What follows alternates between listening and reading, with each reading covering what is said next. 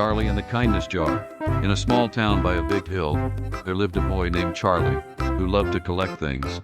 He collected shiny rocks, bottle caps, and paper clips shaped like stars. But his favorite thing of all was a big glass jar he kept on his windowsill. It was empty, completely clear, but to Charlie, it was full of possibility. One day at school, Charlie's teacher, Miss Bloom, gave the class a challenge. Each time you do something kind, she said, imagine dropping a kindness into a jar. One day that jar will overflow, and the world will feel it. Charlie thought that sounded magical. That afternoon, when his little sister couldn't find her favorite crayon, Charlie gave her his. Drop the imagine into the kindness jar. When he saw an older neighbor struggling with groceries, Charlie helped carry a bag. Pop, drop. At lunch, he invited a new student to sit with him. Drop, drop.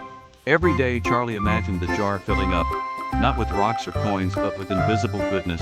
He started drawing a tiny heart on a slip of paper each night to represent each kindness, placing them in the real jar by his window. One rainy day, Charlie came home with wet shoes and a frown. No one noticed anything I did today, he mumbled. What's the poem? His grandma, who lived with them, smiled gently and sat beside him. You know, Charlie, she said, kindness is like planting seeds. You don't always see the flowers right away, but they'll bloom when someone needs them most. Charlie looked at the jar.